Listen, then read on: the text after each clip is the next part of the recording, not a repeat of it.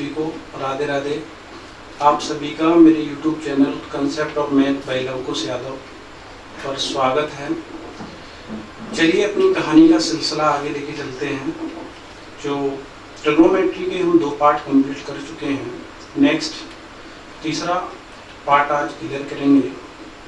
तो मैंने आपको ट्रिपलेट तक बता दिया था, ट्रिपलेट का बेसिक कंसेप्ट क्या होता है, कैसे उनका फॉर्मेशन होता है, ये सारी चीज़ें मैं आपको बता चुका हूँ।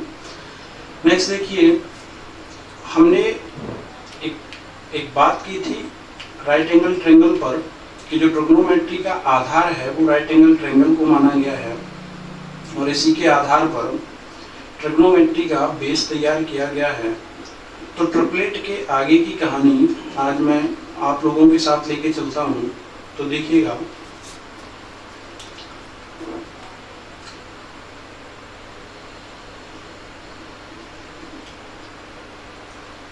ये अपना एक राइट एंगल ट्रायंगल है ABC। यदि ये एंगल थीटा है तो इस थीटा के सामने की जो साइड होगी वो परपेंडिकुलर होगी और इस थीटा के साथ वाली जो साइड होगी वो बेस होगी। और ये 90 डिग्री एंगल है तो इस 90 डिग्री एंगल के सामने की जो साइड होगी उसे हाइपोटेन्यूस कहते हैं, यानी कि कड़ कहते हैं, इसे आधार कहते हैं।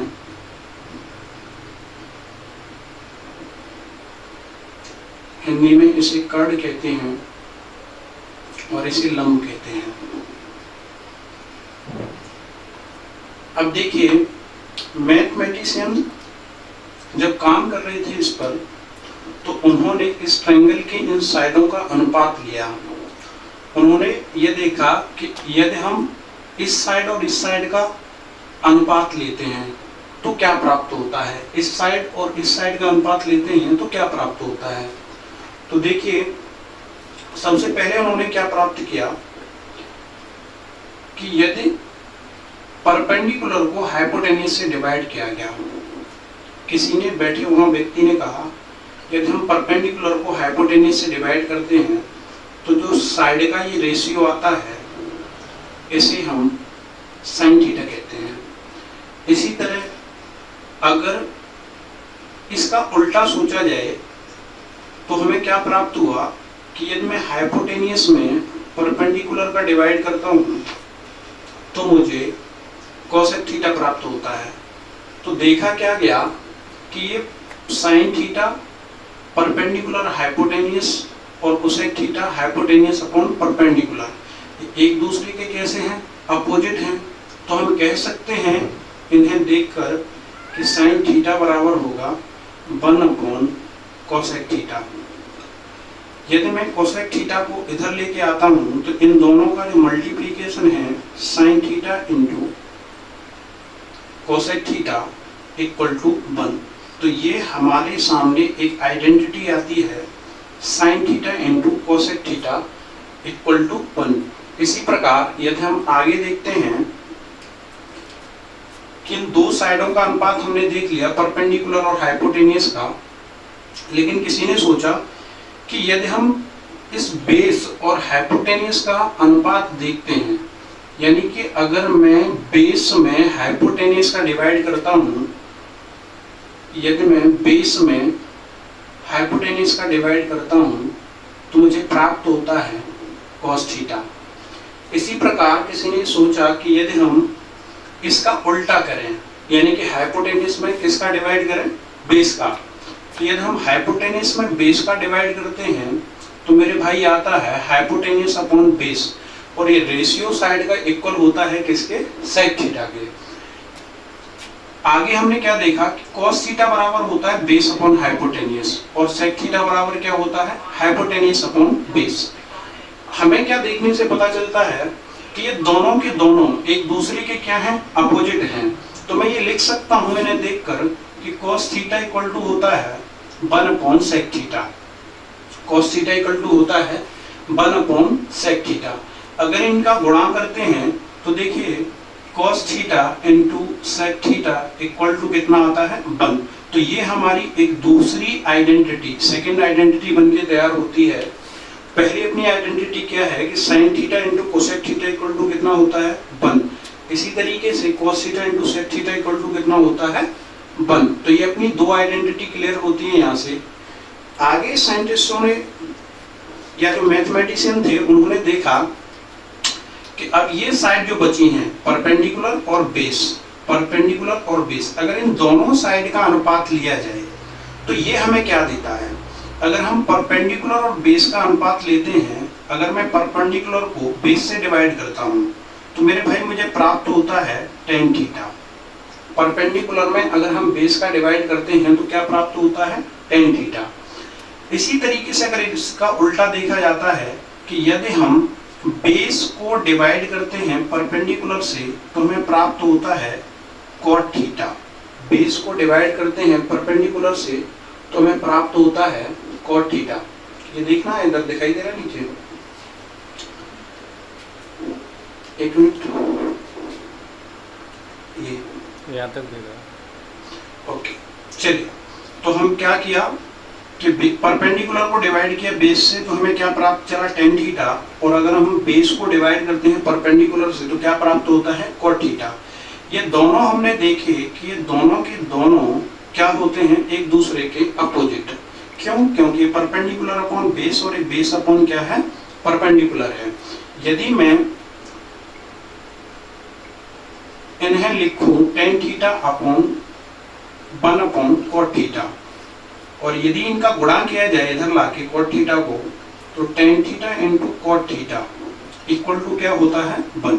तो ये अपनी एक तीसरी आइडेंटिटी बनके तैयार होती है। तो देखिए ये बेसिक कंसेप्ट है राइट एंगल ट्रायंगल की साइड को लेके कि यदि हम राइट एंगल ट्रायंगल की साइड का क्या करते हैं अनुपात करते हैं तो हमें क्या प्राप्त होते हैं। ये ट्रिग्नोमेट्रिक रेशियो यानी कि जिन्हें sine theta, cos theta, tan theta, cot theta कहते हैं। आगे देखिए कुछ मैथमेटिशियनों ने क्या सोचा कि यदि,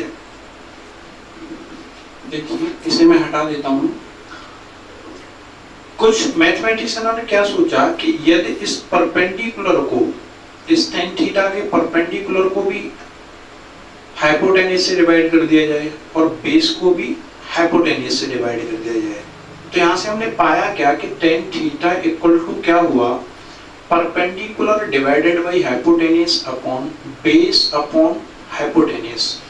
तो ये हमने अभी थोड़ी देर पहले देखा था कि ये जो होता है इसका वैल्यू होता है tan theta, tan theta equal to इसका वैल्यू होता है साइन थीटा अपॉन, और देखिए ये बेस अपॉन हाइपोटेन्यूज किसके इक्वल है कॉस थीटा के।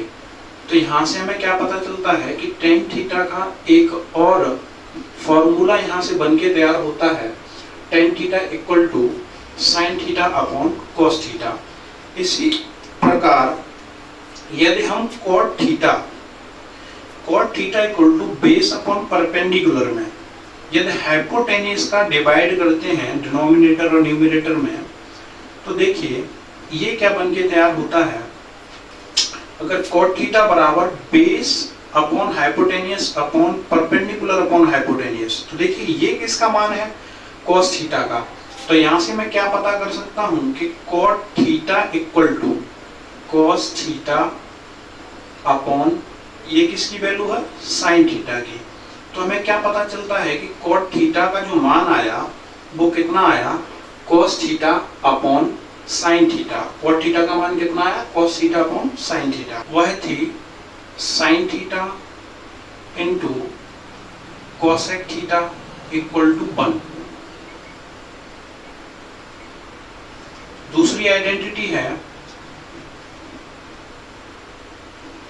cos theta into sec theta equal to 1। तीसरी आइडेंटिटी है tan theta into cot theta equal to 1।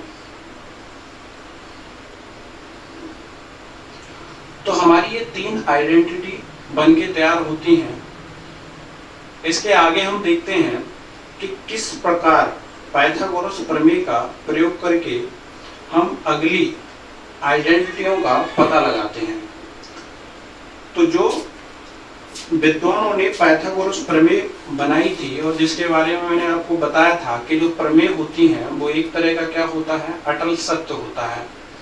और यह अटल सत्य इस प्रकार है कि उन्होंने जो उस समय अज्यूम कर लिया था उसी के आधार पर आज हमारा ये मैथमेटिक्स काम कर रहा है। इसका अन्य कोई कारण नहीं बता पाया है, इसलिए हम इसे अपनाते हैं। तो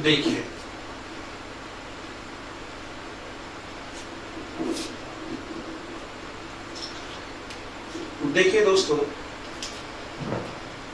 जो हमारी पाइथागोरस प्रमेय है वह क्या है, परपेंडिकुलर का स्क्वायर प्लस बेस का स्क्वायर इक्वल टू हाइपोटेन्यूज का स्क्वायर, यानी लंब का वर्ग प्लस आधार का वर्ग इक्वल टू कर्ण का वर्ग। ये अपनी जो प्रमेय है, इस प्रमेय के आधार पर हमने अन्य अपनी 3 आइडेंटिटी तैयार की हैं। और वो किस प्रकार तैयार की हैं देखिएगा। तो वहां बैठे किसी व्यक्ति ने सोचा कि मैं इसके इक्वल वाली साइड पे हाइपोटेन्यूज नहीं रखना चाहता, तो उन्होंने क्या किया, इस परपेंडिकुलर को डिवाइड किया हाइपोटेन्यूज के स्क्वायर से, प्लस बेस को डिवाइड किया, बेस के स्क्वायर को डिवाइड किया हाइपोटेन्यूज के स्क्वायर से, और इस हाइपोटेन्यूज के स्क्वायर को डिवाइड किया हाइपोटेन्यूज के स्क्वायर से। तो मुझे बताइए, अभी हमने थोड़ी देर पहले देखा था कि परपेंडिकुलर अपॉन हाइपोटेन्यूज, तो जो परपेंडिकुलर अपॉन हाइपोटेन्यूज होता है ये क्या होता है, साइन थीटा। और इन दोनों पे यदि स्क्वायर लगा हुआ है तो मैं इसे कह सकता हूं परपेंडिकुलर अपॉन हाइपोटेन्यूज का square plus base upon hypotenuse का स्क्वायर इक्वल टू 1।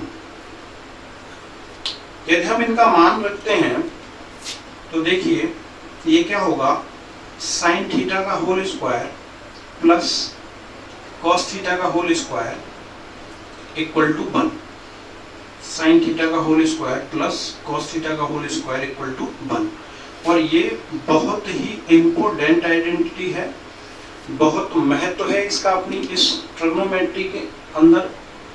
इससे कई सारे क्वेश्चनों को बहुत आसान तरीके से सॉल्व किया जा सकता है। अब हमारा काम ये है कि इस आइडेंटिटी के बारे में अत्यधिक जानना और अधिक इस आइडेंटिटी के बारे में जानना। तो देखिए अपनी ये आइडेंटिटी है, अब मैं पहले इसी के ऊपर काम कर लेता हूँ कि इससे हम और क्या नए नए फॉर्मूले बना सकते हैं। तो देखिए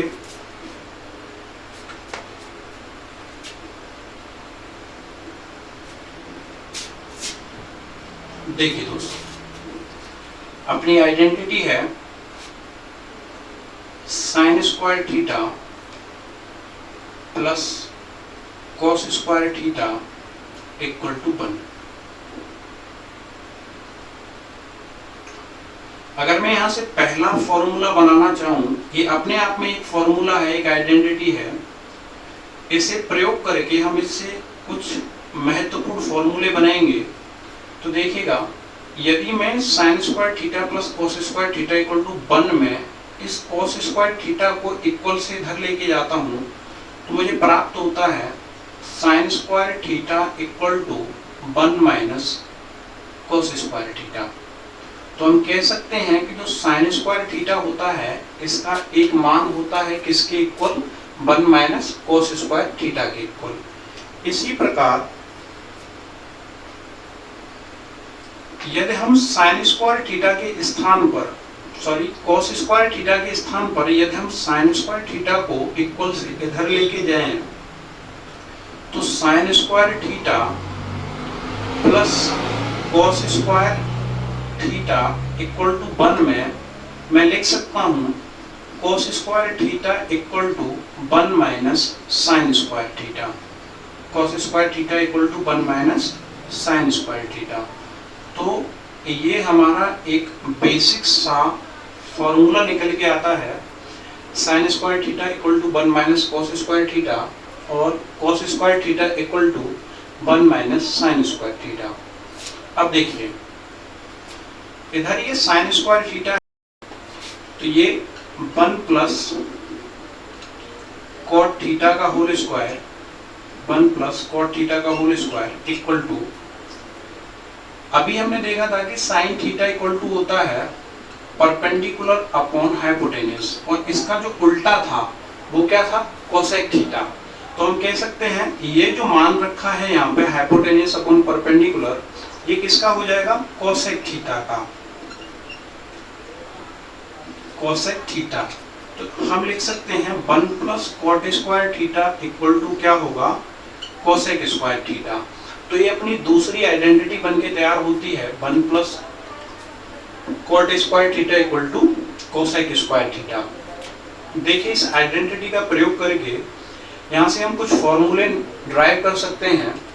यदि मैं क्या करता हूँ कि इस कॉट स्क्वायर थीटा को यहाँ रखते हुए इस 1 को यदि मैं उधर लेके जाता हूँ तो मुझे यहाँ से प्राप्त होता है कॉट थीटा का whole square, cot square theta equal to cosec square theta minus 1।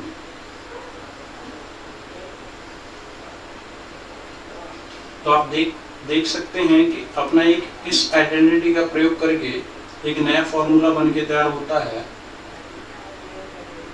Cot theta का whole square equal to cosec theta का होल स्क्वायर माइनस का 1। आगे देखिए हम क्या करते हैं कि जिस प्रकार हमने पहली आइडेंटिटी को ओपन करके कुछ फॉर्मूले तैयार किए थे, इसी तरीके से मैं इस दूसरी आइडेंटिटी का भी प्रयोग करके कुछ फॉर्मूले आपको बताता हूँ, देखिएगा। तो अपनी जो दूसरी आइडेंटिटी है, इस सेकेंड आइडेंटिटी को क्या कहते हैं, 1 प्लस कॉट थीटा का होल स्क्वायर या cot square theta equal to cosec square theta. 1 plus cot square theta equal to cosec square theta. यदि मैं इसे लिखूं cot square theta equal to cosec square theta minus 1, तो क्या आप इस 1 पे स्क्वायर लगा सकते हैं, बिल्कुल। और इस 1 पे स्क्वायर लगा के आपको दिख क्या होगा कि हम इसे वर्गांतर के फॉर्मूले से ओपन कर सकते हैं और हमें यहाँ प्राप्त होगा ये cot theta into cot theta equal to cosec theta minus 1 into cosec theta plus 1। अब देखिए मैं इसे इधर लेके जाता हूं और एक कॉट थीटा को इक्वल टू के इधर लेके आता हूं, तो क्या प्राप्त होता है, cot theta upon cosec theta minus 1 equal to cosec theta plus 1 upon cot theta.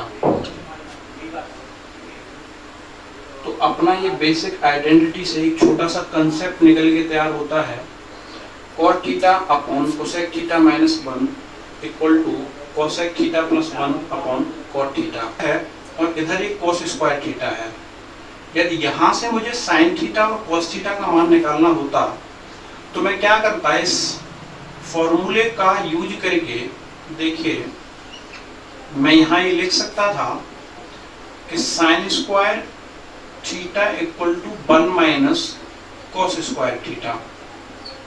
यदि मैं यहाँ से स्क्वायर हटाता हूँ तो मुझे इधर रूट लेना पड़ेगा, तो मैं लिखूंगा sine theta equal to 1 minus cos square theta, और एक इसमें आएगा रूट में।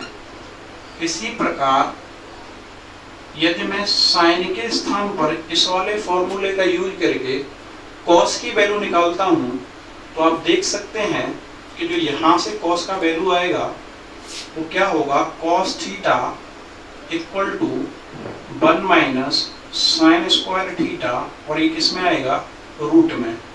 तो ये अपना एक नया फॉर्मूला बन के तैयार होता है, cos theta equal to 1 minus sine square theta और sine theta equal to 1 minus cos square theta. अब इस आइडेंटिटी के ऊपर मैं आपको और बेसिक जानकारी देता हूं। आगे देखिए, मैं इसे क्लियर कर रहा हूं।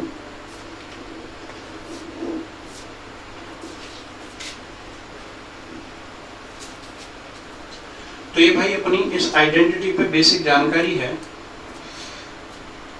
देखिएगा, हमने पहला आइडेंटिटी अपना डिस्कस कर लिया है और इसके ऊपर छोटे छोटे दो फॉर्मूले बना लिए हैं। यदि मैं इसके आगे देखता हूं तो sine square theta plus cos square theta equal to क्या है, 1। मैं cos स्क्वायर थीटा को इधर लेके जाता हूं तो ये क्या होगा, sine square theta equal to 1 minus cos square theta. अब देखिए, मैं साइन स्क्वायर थीटा को क्या लिख सकता हूं, sign theta into sine theta. और यदि मैं इस एक पर स्क्वायर लगा लूं, एक पर यदि मैं स्क्वायर लगाता हूं तो देखिए ये क्या बनेगा, 1 का square minus cos square theta.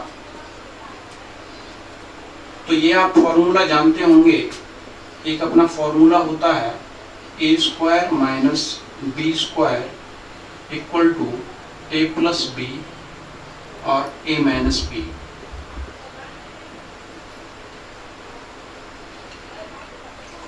तो एलजेब्रिक इस फॉर्मूले का यूज करके हम इसे क्या करेंगे, आगे खोलेंगे तो हमें क्या प्राप्त होता है, sine theta into sine theta equal to 1 minus cos theta into 1 plus cos theta.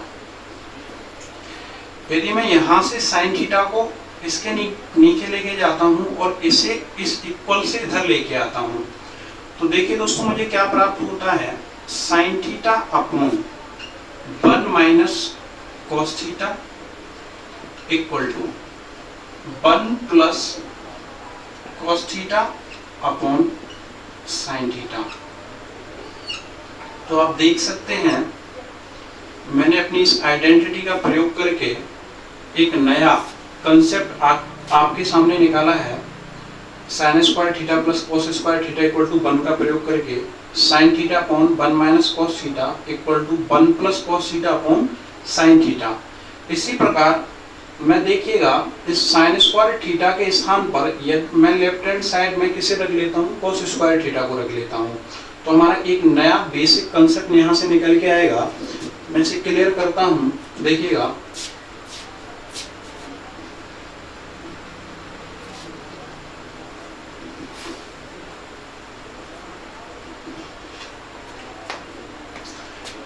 देखिए दोस्तों, sine square theta plus cos square theta equal to 1। यदि हम इसमें क्या करते हैं, कॉस के स्थान पर यदि साइन स्क्वायर थीटा को इक्वल के उधर लेके चलते हैं तो हमें क्या प्राप्त होता है, cos square theta equal to 1 minus sine square theta. तो मैं इसे क्या लिख सकता हूं, cos theta into cos theta equal to 1 minus sine theta into 1 plus sine theta. अभी मैंने आपको फॉर्मूला बताया था, उस फॉर्मूले से हम इसे इस रूप में फॉर्मेट कर सकते हैं, 1 minus sine theta into 1 plus sine theta. आगे देखिए, यदि मैं इसे इधर लेके आता हूं तो मैं लिख सकता हूं cos theta upon 1 minus sine theta equal to 1 plus sine theta upon cos theta.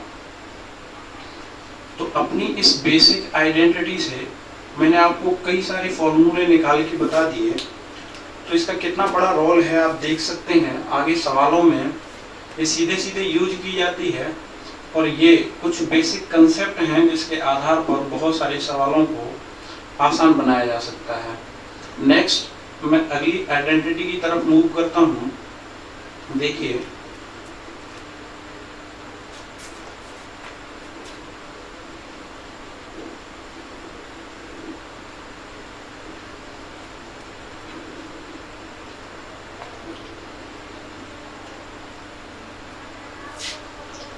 तो हमारा जो पाइथागोरस प्रमेय है वह क्या होता है, परपेंडिकुलर का स्क्वायर प्लस बेस का स्क्वायर इक्वल टू हाइपोटेनस का स्क्वायर।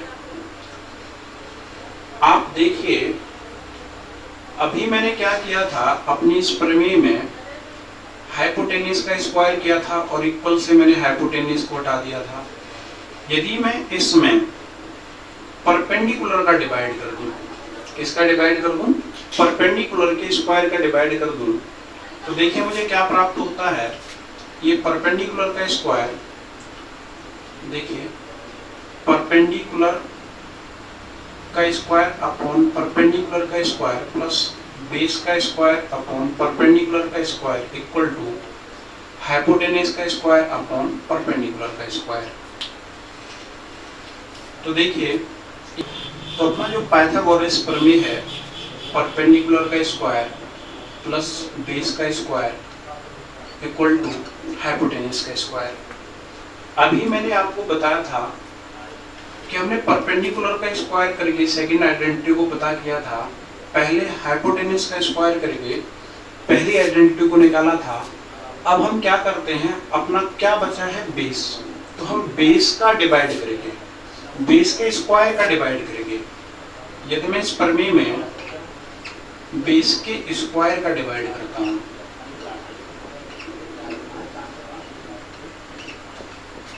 तो हमें अगली आइडेंटिटी प्राप्त होती है।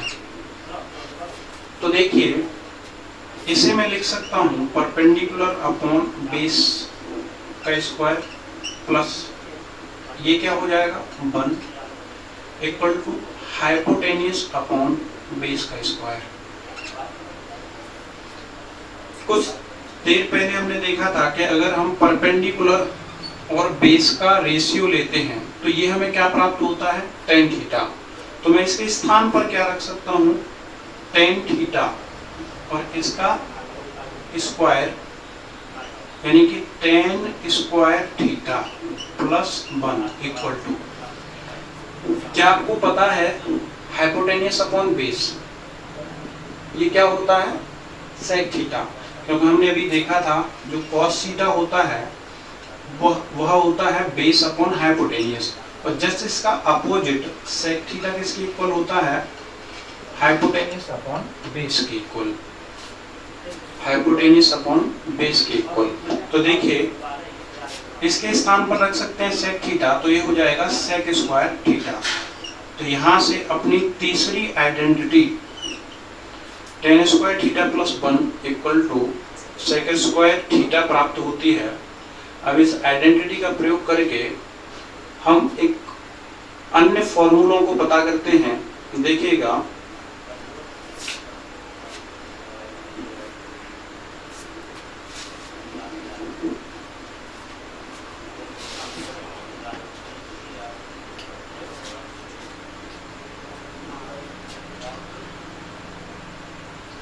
वन प्लस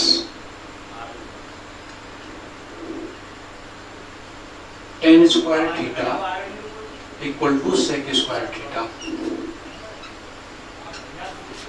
देखिए भाई आप इसे बड़ी आसानी से कर सकते हैं, जैसा कि मैंने आपको अभी दो अपनी आइडेंटिटियों को ओपन करके बताया है, वहां से कैसे फॉर्मूले क्रिएट किए गए हैं और कैसे बेसिक कंसेप्ट निकाले गए हैं, उनका जगह जगह पर हम सवालों में प्रयोग करेंगे। यहाँ देखिए यदि मैं इस tan स्क्वायर थीटा को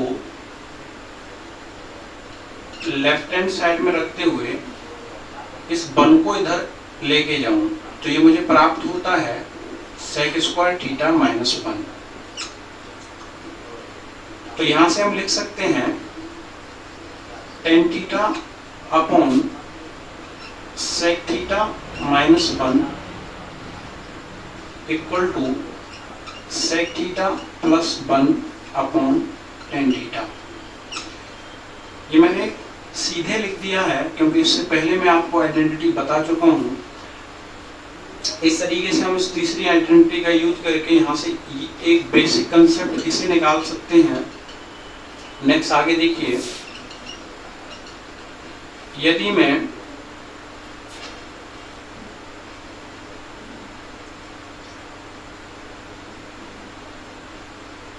इस tan स्क्वायर थीटा को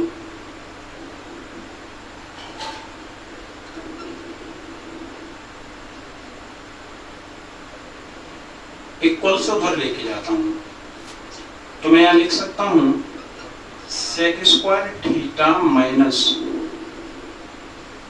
tan square theta equal to 1। sec square theta minus tan square theta equal to 1। अब आपको इस फॉर्मूले को देख के कुछ समझ आ गया होगा कि मैं क्या करने वाला हूं। जिस प्रकार हमने इस 1 को इधर ले जाकर इसे कन्वर्ट किया है sec थीटा प्लस 1 और sec थीटा माइनस 1 में, इसी प्रकार इस sec square theta minus tan square theta को कन्वर्ट किया जाएगा और एक नई आइडेंटिटी, इस आइडेंटिटी के साथ में एक नया फॉर्मूला निकल के आएगा। और वो किस प्रकार होगा, देखिए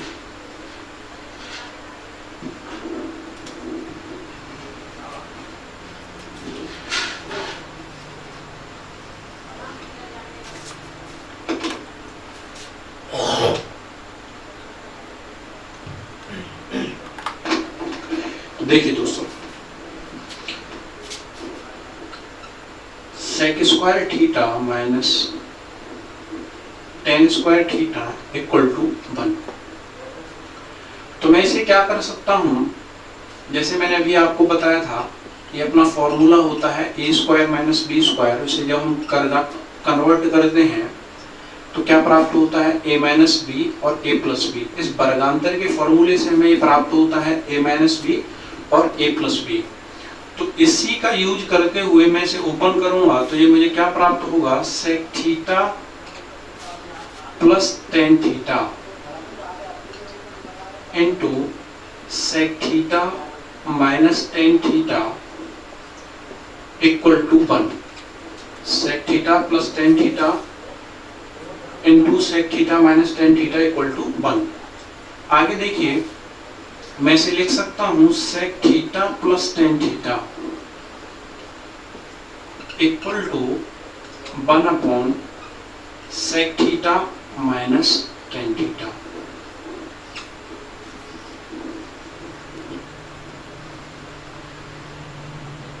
तो इस प्रकार अपना ये नया कंसेप्ट निकल के आता है कि sec theta plus tan theta equal to 1 upon sec theta minus tan theta.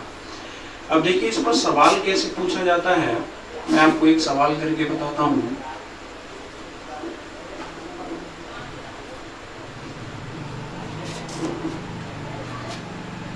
If sec theta plus tan theta equal to x, then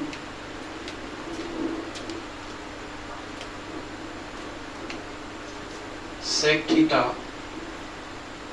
minus tan theta equal to, इसका मान क्या होगा। तो हमने क्या देखा, sec theta plus tan theta equal to x दिया है, तो sec theta minus tan theta का मान क्या होगा।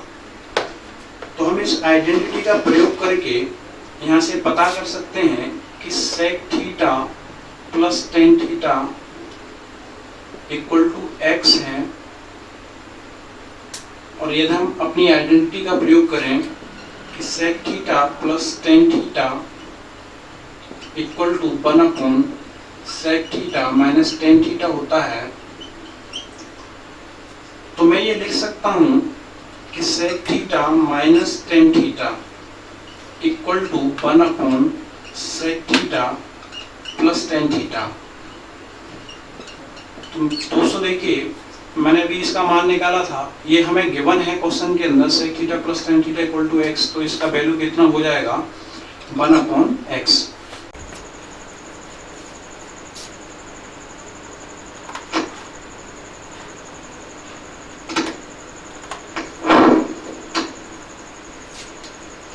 देखिए भाई, अपनी टेबल है, इसे आगे करते हैं। यहाँ भी एंगल लेता हूँ, ये 0 डिग्री, ये 30, ये 45, ये 60 और ये 90 है। देखिए यहाँ sine theta, cos theta tan theta, cot theta, sec theta और कोसेक थीटा। तो हम इन एंगलों के मान ज्ञात करते हैं। सबसे पहले मैं इसे याद करने का एक बेसिक तरीका बताता हूं। आप क्या कीजिए, जो साइन थीटा की जो टेबल है ये, इसमें सबसे पहले लिखिए 1 2 सॉरी 0 1 2 3 4 और सभी में 4 से डिवाइड कीजिए।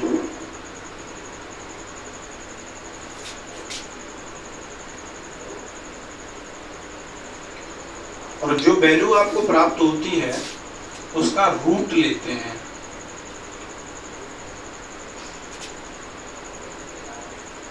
सभी का क्या लेते हैं? रूट लेते हैं। देखिए, अगर मैं 0/4 का रूट लेता हूँ, पहली बात तो ये है, अगर मैं 0 में डिवाइड करूंगा 4 का तो ये 0 आएगा और 0 का रूट लूंगा तो यहाँ पे 0 का रूट लेने पे ये वैल्यू कितनी निकल के आएगी? 0। यदि मैं 1/4 का रूट लेता हूँ तो 4 का रूट बाहर निकल के आएगा 1/2, तो ये यहाँ से बाहर निकल के आएगा 1/2। इसी प्रकार अगर मैं 2/4 अगर इसे काटेंगे तो ये क्या होगा? 1/2 और ये 1/2 बाहर निकल के आएगा रूट से, तो ये यहाँ पे हमें प्राप्त होता है sin 45 का मान 1/√2। इसी प्रकार √3/2।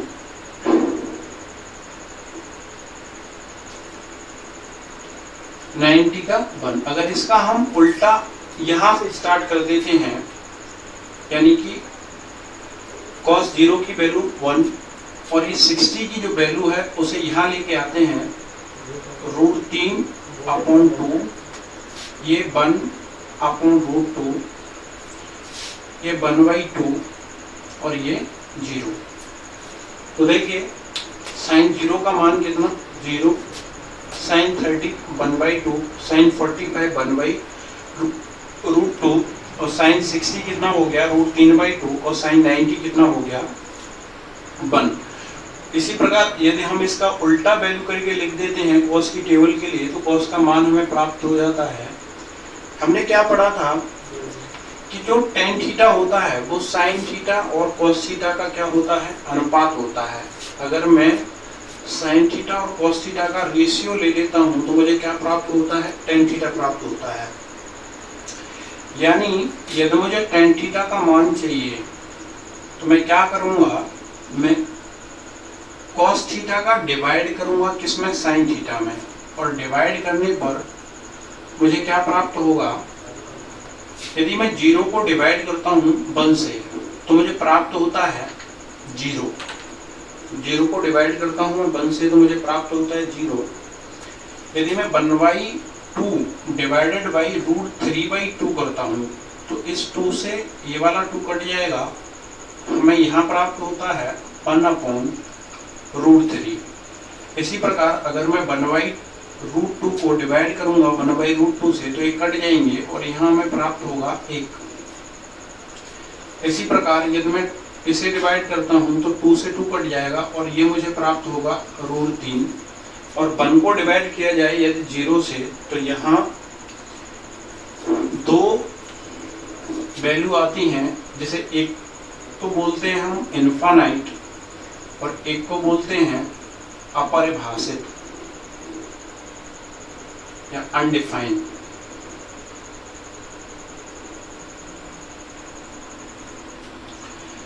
ये एनसीईआरटी का वैल्यू है अनडिफाइंड, एनसीईआरटी से अनडिफाइंड बोलता है और एक दूसरे रूप में इसे इनफाइनाइट और बोला जाता है। तो हम कह सकते हैं कि tan 90 का जो वैल्यू होगा वो sin 90/cos 90 को देखते हुए ये कितना आ जाएगा?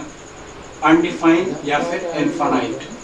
इसी प्रकार यदि मुझे cot का वैल्यू चाहिए तो cot बराबर हमने पढ़ा था cot थीटा इक्वल टू होता है cos theta upon sin theta, cos theta upon sin theta.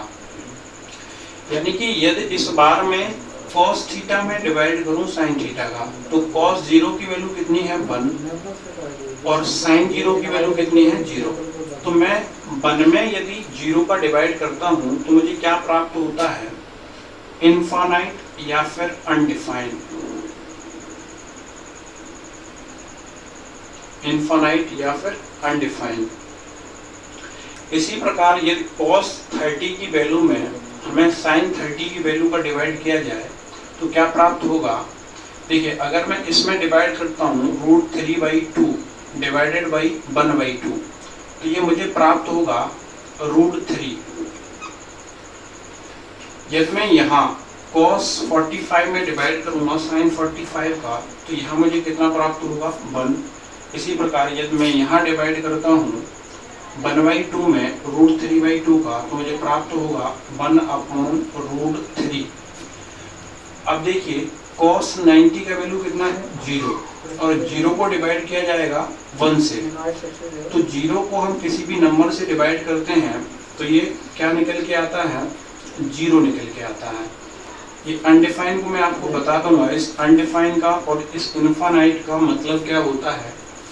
Basically ये एक बहुत बड़ा वैल्यू होता है, और जब हम एक बहुत बड़े वैल्यू में, जैसे कि यहाँ हमने 1 में डिवाइड 0 में डिवाइड किया है 1 का, तो 1 0 के कंपेयर में एक बहुत बड़ा वैल्यू है और 0 1 के कंपेयर में एक बहुत छोटा वैल्यू है। तो जब हम बहुत बड़े वैल्यू में बहुत छोटे वैल्यू को डिवाइड करते हैं तो वो अनडिफाइंड प्राप्त होता है, या फिर हम उसे क्या बोलते हैं इनफाइनाइट, यानी कि बहुत बड़ा मान प्राप्त होता है। नेक्स्ट आगे देखिए, हमने पढ़ा था कि cos थीटा जो होता है वो sec का उल्टा होता है, अपोजिट होता है। तो cos थीटा का उल्टा क्या होता है sec थीटा, यानी कि अगर मैं cos के जो भी मान दिए गए हैं यदि मैं उनका विपरीत करता हूं तो मुझे क्या प्राप्त होगा sec थीटा। देखिए, अगर मैं इसे 1/1 करता हूं तो ये मुझे प्राप्त होगा 1। यदि मैं इसका उल्टा करता हूं तो मुझे ये प्राप्त होगा 2/√3। यदि मैं cos 45 का उल्टा करता हूं तो ये √2 और 60 का 2, और ये 0/0। इसे फिर से हम क्या बोलेंगे इनफाइनाइट या फिर अनडिफाइंड।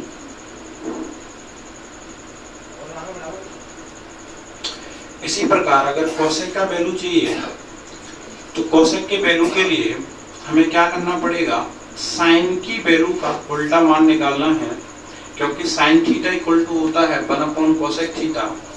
तो कोसेक के लिए मैं क्या करूंगा 0/0, साइन 0 की वैल्यू 0/0, तो वो फिर से क्या होगा इनफाइनाइट या फिर अनडिफाइंड।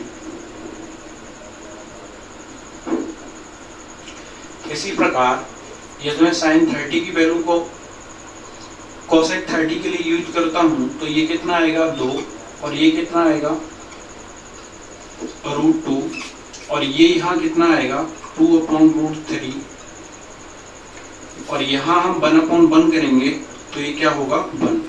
तो देखिए भाई, मैंने आपको ये सभी वैल्यू बता दी हैं। साइन 0 कितना होगा 30, 45, 60 और 90। साइन 0 की वैल्यू 0। आपको क्या करना है, इस साइन की टेबल को याद करना है और उसका रूट लेने के बाद साइन की सभी एंगलों का मान आ जाएगा, और उसका जब अपोजिट करते हैं तो कॉस का मान आ जाता है। यदि साइन थीटा में कॉस थीटा का डिवाइड किया जाए तो टेन का मान आ जाता है, और इसका अपोजिट किया जाए तो इसका कॉट का मान आ जाता है। इसी प्रकार सेक थीटा जो है कॉस थीटा का क्या होता है उल्टा होता है। तो कॉस की वैल्यू का उल्टा करने पर हमें क्या प्राप्त होता है, सेक की वैल्यू प्राप्त होती है। इसी प्रकार कोसेक की वैल्यू हमें साइन का उल्टा करने पर कोसेक की वैल्यू प्राप्त होती है। चलिए, अपनी ये टेबल है। अब आगे हमने अभी तक ट्रिग्नोमेट्री का जितना भी काम किया है उसके ऊपर कुछ एक सवाल कर लेते हैं। तो देखिए भाई, मैं अब आपको सवालों की तरफ लेके चलता हूँ। आप ये टेबल और अपनी ट्रिपलेट और जो आइडेंटिटी आपको बताई गई है आपको उन्हें याद करना है। उसके आधार पर हम आगे के सवालों को सॉल्व करते हैं। देखिए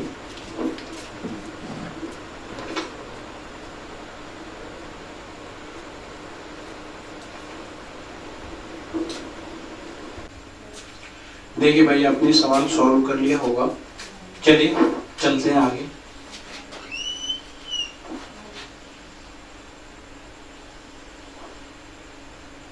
ये अपना ट्रायंगल है, ये 90 डिग्री। यदि मैं इस एंगल को 40 डिग्री मानता हूं तो 40 डिग्री के लिए ये वाली साइड परपेंडिकुलर और ये बचा हुआ एंगल कितना होगा 50 डिग्री। तो देखिए cos थीटा इक्वल टू होता है बेस अपॉन हाइपोटेनियस। हमें वैल्यू दिया है sin 40 equal to 5/30 perpendicular upon hypotenuse. तो देखिए यदि ये परपेंडिकुलर 40 के सामने की साइड परपेंडिकुलर है तो मैं कहूँगा परपेंडिकुलर का वैल्यू कितना है 5 और हाइपोटेनियस कितना है 30। तो फिर ये बेस कितना होगा 12। तो cos theta equal to base upon hypotenuse. But angle को देखते हुए हमें परपेंडिकुलर को डिसाइड करना होता है। तो पहले cos 50 है और 50 के लिए परपेंडिकुलर ये होगा तो फिर इसके लिए बेस कौन सा होगा 5 होगा। तो मैं यहाँ पे cos 50 माइनस का cos 40 के लिए cos 50 के लिए परपेंडिकुलर ये है और बेस कितना होगा 5। तो cos 50 का जो वैल्यू आएगा वो कितना आएगा 5/30 माइनस cos 40 की बात करते हैं। cos 40 के लिए परपेंडिकुलर का काम करेगा कौन 5 और बेस का काम कौन करेगा 12। तो ये कितना हो जाएगा 12/30। दोनों की डिनोमिनेटर सेम है तो मैं कर सकता हूं 30 माइनस का 7। तो इसकी वैल्यू आएगी माइनस का 7/30। देखिए भाई नेक्स्ट सवाल की ओर मूव करते हैं।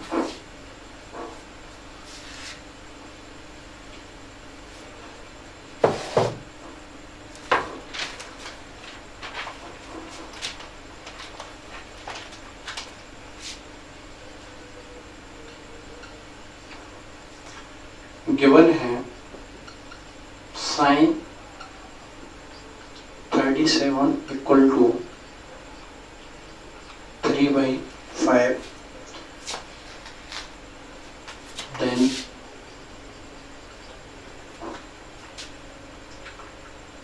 cos 37 minus cos 53 is bot.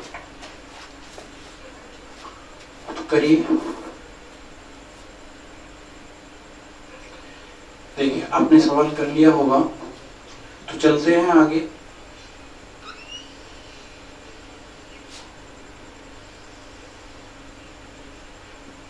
ये ट्रायंगल का 90 डिग्री एंगल होगा और ये एंगल अगर 37 है तो ये एंगल 53 होगा और हमें गिवन है sin 37 इक्वल टू 3/5।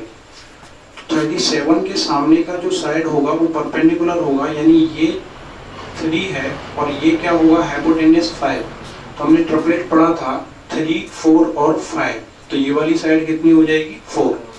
तो मैं वैल्यू ज्ञात करना है cos 37 माइनस का cos 53 डिग्री। देखिए अगर मैं cos 37 की बात करता हूँ तो cos 37 के लिए परपेंडिकुलर ये होगा और बेस कितना होगा 4 होगा। तो cos थीटा इक्वल टू होता है बेस अपॉन हाइपोटेनियस यानी कि ये होता है बेस अपॉन हाइपोटेनियस माइनस। यदि मैं cos 53 की बात करता हूँ तो cos 53 के लिए बेस का कौन काम करेगा 3 क्योंकि 53 के लिए परपेंडिकुलर कितना है 4। तो देखिए अगर मैं इसकी वैल्यू रखता हूं यहाँ पे तो बेस इसके लिए कितना है 4। तो ये 4/5 माइनस 53 के लिए बेस कितना है 3 तो 3/5। अब देखिए डिनोमिनेटर सेम है तो ये कितना आ जाएगा 1/5। तो आज के लिए इतना ही काफी। आगे के सवाल हम कल कंटिन्यू करेंगे। तो आप सभी से रिक्वेस्ट है कि हमारे इस चैनल को शेयर और सब्सक्राइब जरूर करें और बेल आइकन को प्रेस करके आने वाले नोटिफिकेशन की जानकारी जिससे आपको प्राप्त हो जाए तो उसे दबा दें। आज की क्लास के लिए धन्यवाद। और नीचे जो वो सब्सक्राइब का बटन है ना, उसको हिट करो, जल्दी से करो। Subscribe subscribe subscribe.